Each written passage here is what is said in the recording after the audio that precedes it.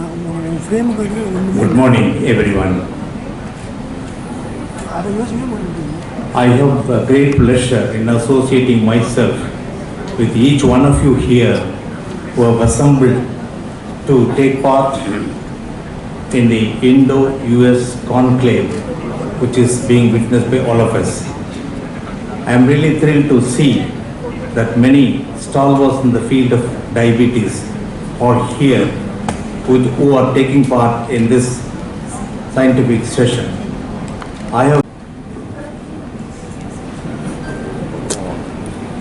First of all, let me thank the organizers for having me here.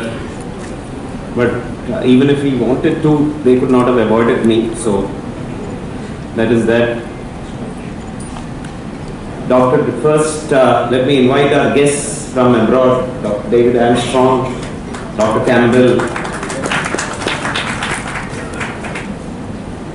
Dr. Narasimhan, and all of you, Dr. Vijay, Dr. Mohan, all of you on the dais, all of the leading experts in the field of diabetology in one room. Well, I have been asked to speak about what the society expects of doctors. I was very happy to speak about law to an audience of doctors, because I thought I would not be called upon for any blunders that I make.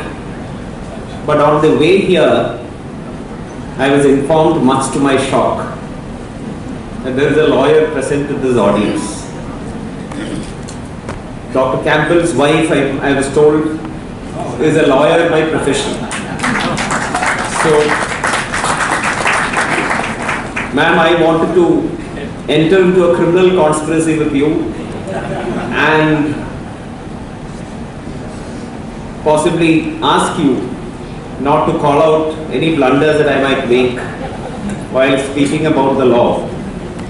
But that was not to be, and possibly I was purposefully not introduced to you so that we would not enter into that criminal conspiracy. But don't worry, please don't call me out on any blunders that I make, because I intend to enter into a criminal conspiracy with you immediately after this function is over. So what does society expect of doctors? I believe, and I think that's the statement of the law also, that the law as well as the society does not expect a cure to be provided to every disease that comes before the doctors for a cure. That is not the standard of medical negligence in this country and not in any other country in the world. We do not expect that the doctor is able to cure, because I believe that though we refer to medical science as a science, it is not an exact science in the sense of engineering, for example, where the application of certain settled principles would give you the desired results without change. Because I believe that each human being, each human body, and the doctors here may correct me if I'm wrong, is unique in itself. And therefore, it is not possibly as in the case of any other exact science, to predict whether the application of a particular system of medicine, a particular molecule, particular type of treatment would result in the same results for everybody, every patient that comes before the doctor. Where he is also a visiting professor of medicine. He is the founder and co-director of the Southwestern Academic Limb Salvage Alliance.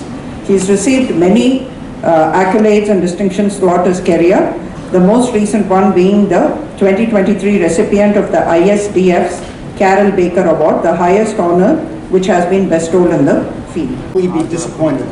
So buckle up for that. But you know, before I don't know who that ugly guy is there, but before I give this talk, much more important than the lecture is maybe the reason behind the lecture, and it's MV, Vishwanathan. You know, I think ultimately how we keep score is not by how many papers we've written, or how much money we have in the bank, or how many grants we've gotten, or how many procedures we've done. It's ultimately our progeny, you know, our kids. Not only our personal progeny, but our professional progeny. And you take someone like Professor Viswanathan, who comes from a family, his mom was a renowned and pioneering obstetrician almost 100 years ago, and coming from that to see his work, and it made her so proud, and now his work is now begat in the great and good works of Dr. Mohan and Dr. Vijay.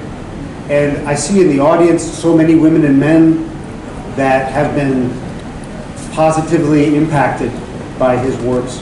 See, that's immortality, and that's the way to pay it forward. So, and I should probably stop now, because nothing I'm going to say is really all that important after all of that. But here's to that, you guys, and here's to trying to pay it forward and make a difference. Because I think all of us in this room owe a debt not only to Vijay and Mohan, but his dad and his grandma and their grandma. And so here's to that.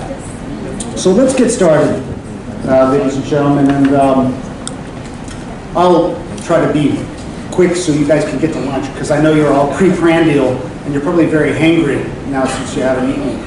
Does hangry translate? Being hungry and angry? But it seems to. But we give away all of our slides. If you want any of them, please just email me or ping me. We just ask you to make them better and pay it forward, as we said. How does that sound? So we're going to try to cover the length and breadth of the diabetic foot here, but you've already heard a tour de force in the morning on neuropathy, and then, of course, from the great and good Professor Campbell, who just gave not only the best vascular surgery talk you're going to hear, but the best podiatry talk. He's like toe and flow in one package. But what I'm going to talk about actually is nothing very sexy at all. Not that you can really make any of this very sexy, but it's going to be not about tissue repair and wound healing, not about reconstruction, but it's going to be what happens in between and how to maximize time and those ulcer-free days, hospital-free days, activity-rich days, if you will, in between wounds for this